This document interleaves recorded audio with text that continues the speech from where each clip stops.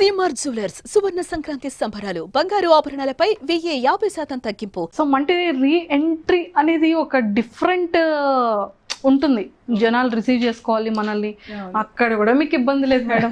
రీ ఎంట్రీలో కూడా రీఎంట్రీలో కూడా అసలు అదే చెప్పేది, నాకేంటో తెలీదు. నాకు ఆఫర్స్ నాకు అవే వస్తాయి. నేను ఇంట్లో కూర్చొని ఉన్నాను ప్రెజెంట్గా, చక్కగా హ్యాపీగా ఫ్యామిలీని చూసుకుంటూ అంతే.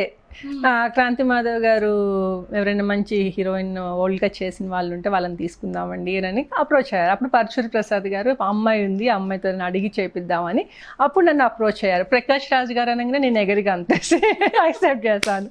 నాకు ఆయన అంటే నాకు చాలా స్పెషల్ అభిమానం ఉంది, ప్రకాష్ రాజ్ గారు అంటే. సో ఆయన వైఫ్ క్యారెక్టర్ అనగానే రెడీ అని చెప్పి అక్కడ కూడా యంగ్ వైఫ్ ప్రకాష్ రాజ్ గారికి కూడా.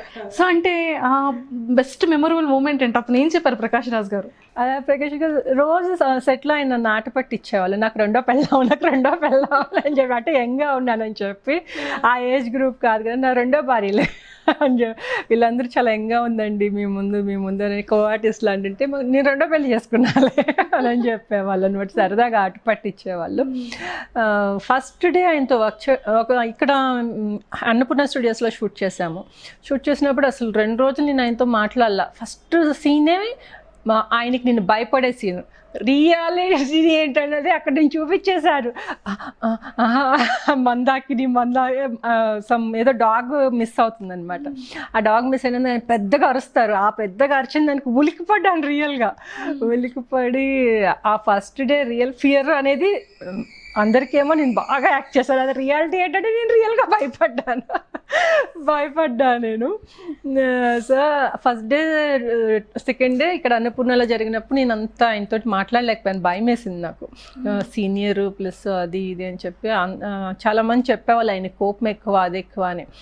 సో అమ్మో వద్దులే, నా వర్క్ నేను చూసుకొని వచ్చి కూర్చుండిపోదామని చెప్పి అలా వన్స్ మేము అవుట్డోర్ షూట్కి వెళ్ళాము. ఫస్ట్ డే షూట్లో ఆయన జోక్స్ స్టార్ట్ చేశారు. ఇంకా అసలు ఎవ్రీడే పొట్ట చెక్కలైపోయేలా నవ్వేవాళ్ళు. నేను వెళ్ళి చెప్పాను, సార్ ఇలా చెప్పారు సార్ నాకు, మీరు అంటే మీకు చాలా కోపం ఎక్కువ అది ఎక్కువ ఇది ఎక్కువ అని చెప్పారు సార్, నేను చాలా భయపడిపోయాను సార్, నేను 2 రోజులు మిస్ అయ్యాను సార్ ఈ ఫన్ని అక్కడ. అసలు నేను సీరియస్గా అసలు మీ దగ్గరకు కూడా రాకుండా ఉన్నాను కదా అని అంటే అవును అన్నారు. అట్లాగే మాట్లాడతారు పీపుల్, సగం తెలుసు సగం తెలియకుండా మాట్లాడతారు అని చెప్పేవాళ్ళు. అది రియల్గా ఆయనంత ఫ్రెండ్లీగా ఎవరు లేరు. అంటే నాకు పరిచయం అంటే ఉంటారు, బట్ అంత ఫ్రెండ్ ఆయనతో కూర్చుంటే కడుపు అదే నవ్వి చెక్కలైపోతుంది అనమాట కడుపు. ఎప్పుడైనా షూట్ గ్యాప్లో డేట్స్ తిన్నట్టు ఏం ఉడుకు పెట్టే బాధ్యత లేదా, పెళ్ళాంగా ఒక్కదానివే తినేస్తావా, కడుపు తినేస్తావా, నీకు కడుపు నొప్పి వస్తుంది అట్లా అని ఏవేవో జోక్స్ వేసేవాళ్ళు. బాగా అనిపించేది, అంటే ఒక ఫ్యామిలీ మెంబర్స్ లాగా అనిపించింది షూట్ అంతా కూడా. నిజంగా ప్రకాష్ రాజ్ గారు కూడా ఒక హీరోగా, ఒక ఫాదర్ క్యారెక్టర్గా, ఒక ఫ్రెండ్ క్యారెక్టర్గా, ఒక తాతగారి క్యారెక్టర్గా, ఒక ఫ్రెండ్ క్యారెక్టర్గా, లెక్చరర్ క్యారెక్టర్, ఎన్ని రోల్స్ చేస్తారంటే అతను కూడా మల్టీ టాలెంటెడ్ అని చెప్పొచ్చు. సో అంటే అలాంటి పర్సన్తో వర్కింగ్ ఎక్స్పీరియన్స్ అనేది మనకు ఒక డిఫరెంట్ ఉంటుంది. భయం వేసేది, ప్రతి సీన్ కూడా భయం వేసేది ఆయనతో యాక్ట్ చేయాలంటే. ఆ షార్ట్ అంటే ఆయన లేని షార్ట్ పెడితే హ్యాపీ అనమాట. పోయి మనమే ఇక్కడ కింగ్, మనమే ఇక్కడ క్వీన్ అన్నట్టుగా. అసలు అంటే అదొక ధైర్యంగా ఆయన షార్ట్లో ఉన్నారు అనగానే పిల్లలా వెళ్ళి ఓకే నేనేం చేయాలా అదే చేసేసి వచ్చేసేదాన్ని. సో మంచి బెస్ట్ మూమెంట్ ఏంటి ప్రకాష్ రాజ్ గారిది మీది ఆ ఫిలింలో?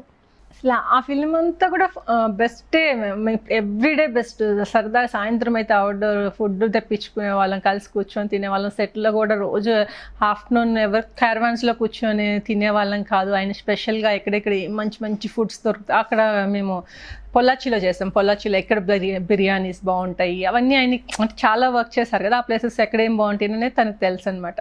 రోజుకు ఒక వెరైటీ తెప్పించి తినిపించేవాళ్ళు మాకు, ఇది తినండి ఇది బాగుంటుంది. ఇది అసలు ఎలా అంటే తిని ఒక 2 కిలోలు ఆ షూటింగ్లో పెరిగిపోయి ఉంటాం కూడా, అంతలా కేర్ చేస్తారు.